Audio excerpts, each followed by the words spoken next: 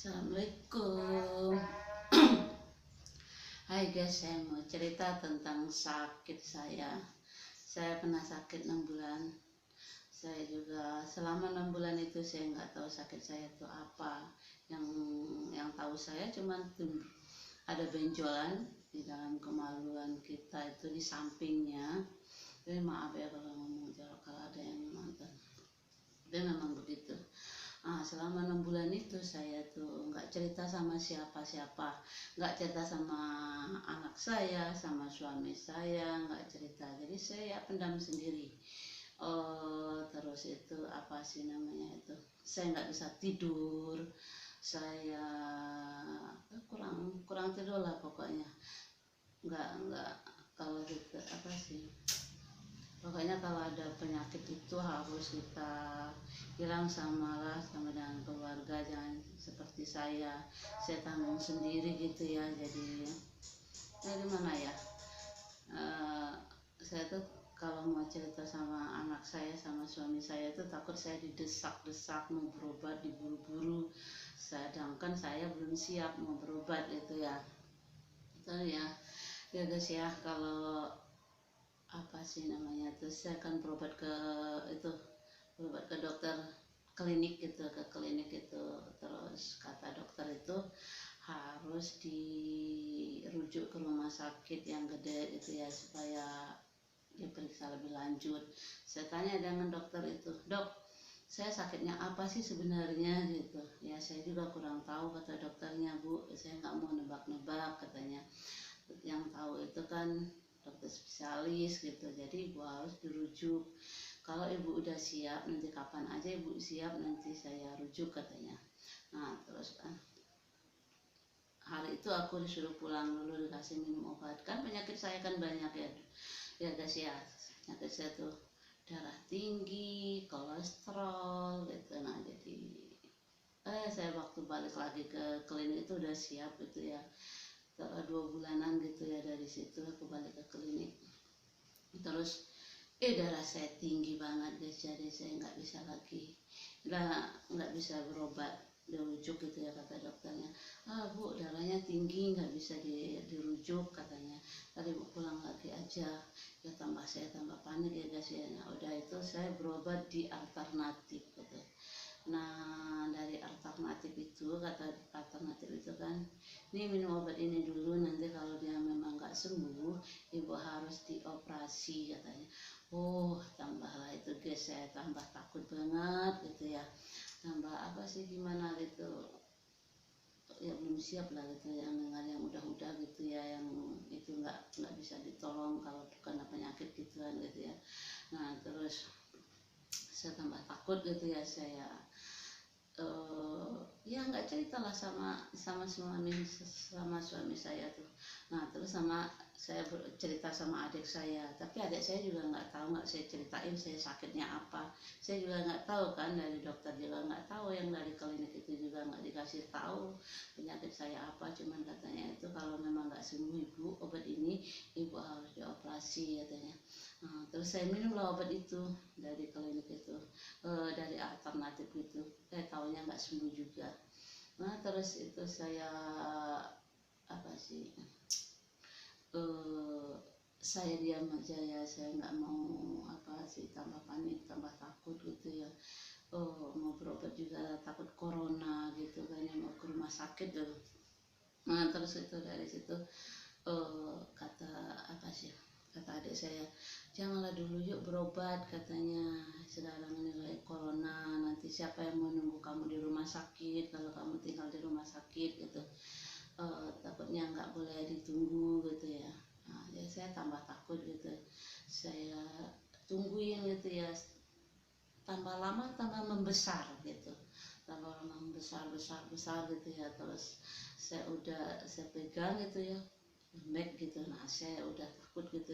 Saya beraniin saya tiap hari itu minum obat itu apa sih namanya, penurun darah tinggi, kolesterol itu saya minum terus supaya saya itu kan, saya udah siap aja gitu ya. Takut ada apa-apa, takut lembeknya tuh, takut pecah di dalam, saya tambah takut gitu ya. Jadi ya apa sih, saya berani-beraniin aja gitu mau berobat itu.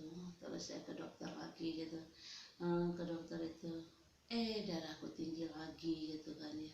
Ya gitulah, gara-gara saya kurang tidur jadi darahnya tinggi terus.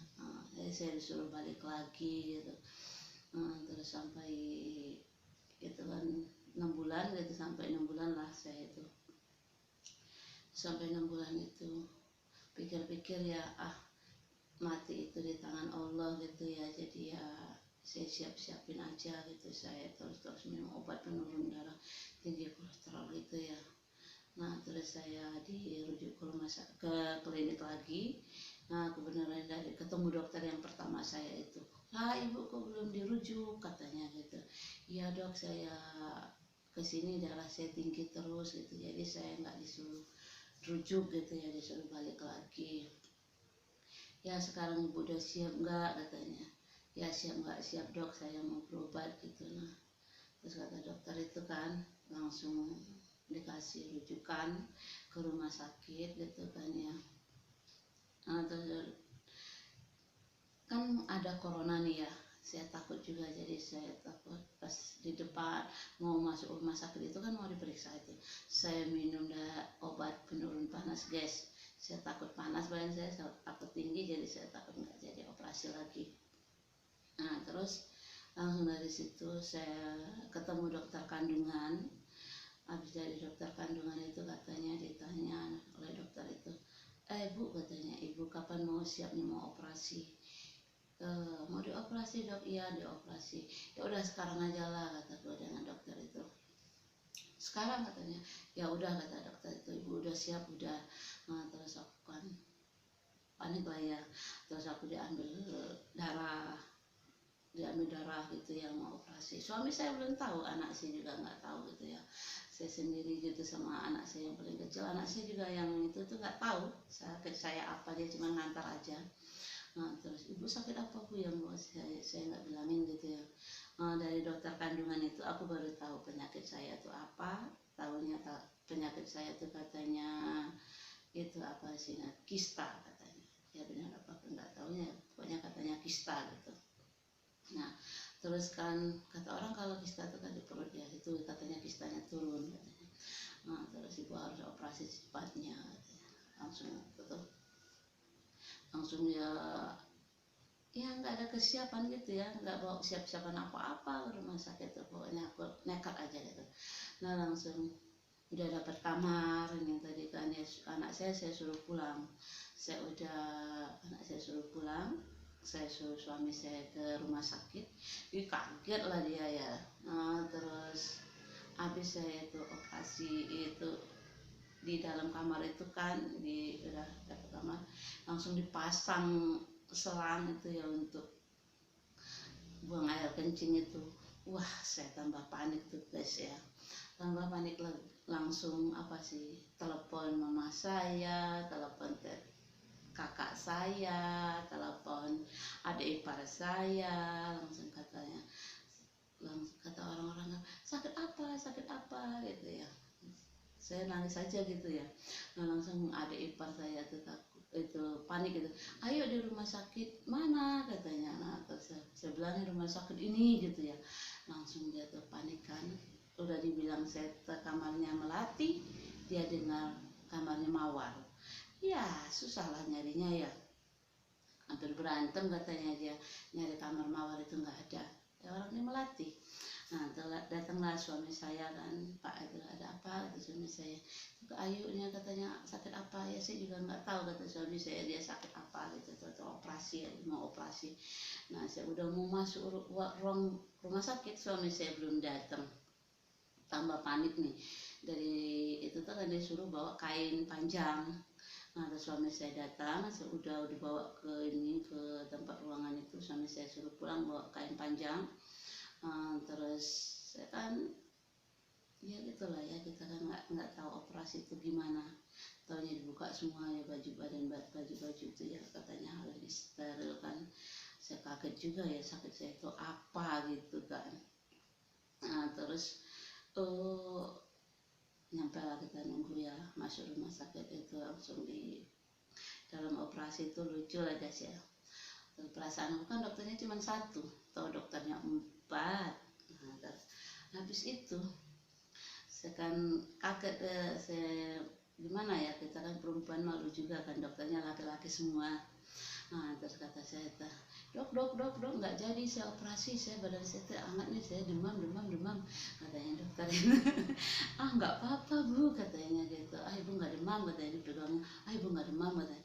Langsung, ibu nunduk ya, katanya. Langsung dikasih disuntik itu setengah badan ya, katanya.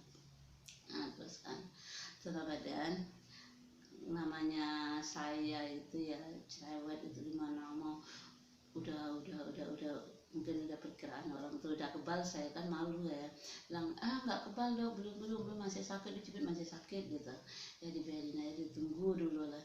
Langsung dia tanganku tuh diangkat begini gitu, saya takut banget gitu, kaget mau diangkat gitu, diangkat ke atas, laki-laki semua di mana gitu. Nah, terus datang dokter yang satunya itu, ibu maaf ya, kita pasang selang hidung, katanya. Oh iya, kata saya. Langsung dipasang hidung, saya nggak tahu apa-apa lagi. Taunya saya tuh udah sadar-sadar di kamar itu, di kamar tempat saya tidur itu kan, di kamar inap, saya udah tahu. Nah, terus Pak itu lucu lagi itu, satu malaman saya itu nggak pakai baju, pakai itu aja, pakai kain panjang gitu ya. Saya takut bergerak gitu ya, aku kira saya tuh operasinya gimana gitu ya kan, takut bergerak saya, terus nggak pakai baju. Dia kata suster itu, bu kalau mau pakai baju nanti saya ini bantu. Nggak usah dok, nggak usah sus, nanti saya aja pakai bajunya. Nah, saya takut bergerak itu, bu nanti gerak-gerak ya kakinya gitu kan, miring-miring gitu. Saya takut bergerak, takutnya berdarah kan, pendarahan. Saya pegang ininya itu, ada softteknya kan, katanya nanti ganti softteknya ya bu ya, katanya. Nah, suami saya kan nggak mau ganti softteknya. Nah, jadi saya tuh, suami saya takut juga kan, katanya takut, biarin aja, katanya, suruh aja susternya.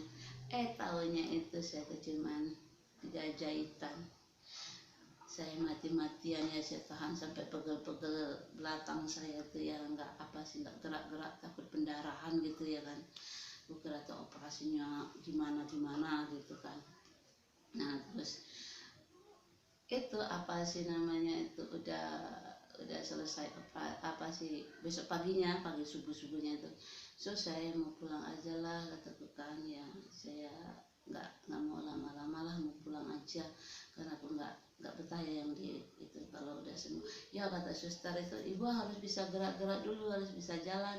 Ya saya bisa jalan kok, kalau memangnya saya gimana ya, ibu kan cuma operasi kecil bukan operasi gede, katanya. Ya lain saya dari tadi malam kan kalau gitu ya, saya udah bisa jalan, gerak-gerak gitu, jalan gitu. Atau saya ke kamar mandi, saya paksain ya guys ke kamar mandi gitu kan, bawa yang itunya itu kan, belajar gitu.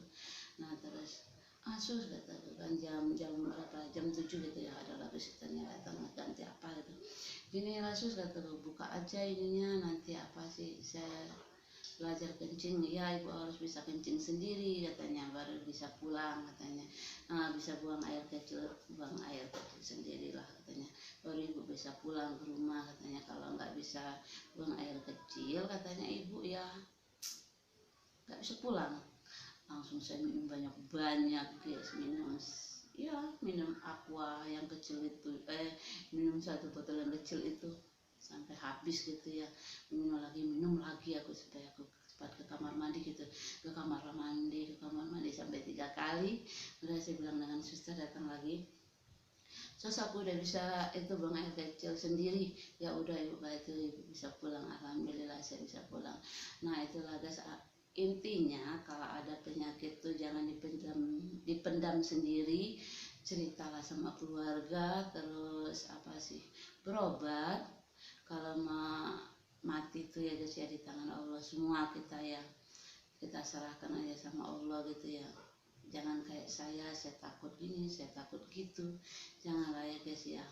Alhamdulillah saya udah sembuh kan, udah sebulan yang lebih lah kali dari operasi itu, aku udah sembuh. Nah, alhamdulillah. Jadi intinya penyakit apapun itu ada obatnya. Jadi jangan takut berobat, jangan takut, ya jangan takut intinya. Cerita sama semua orang, jangan kita pendam sendiri. Kita susah sendiri kayak saya nangis malam-malam, saya nangis, saya takut gitu ya. Saya ya takutlah, takut pokoknya takut. Bukan takut mati guys, takut penyakit saya itu. Yang takut penyakit saya itu bukan takut mati. Mati itu kan kita, itu kan janji dari Allah ya, yang tahu kita mati itu kan Allah yang tahu, bukan kita. Tapi aku takut banget. Tiap malam aku nangis sendiri gitu ya, suami ibu tidur aku nangis saja gitu. Nah ya itulah, pokoknya kalau ada penyakit ceritalah sama semua orang, jangan pendam sendiri gitu. Kalau ya jangan sama dengan saya ya, maaf ya guys ya kalau ada salah-salah kata, maklum amatiran ya. Assalamualaikum warahmatullahi wabarakatuh.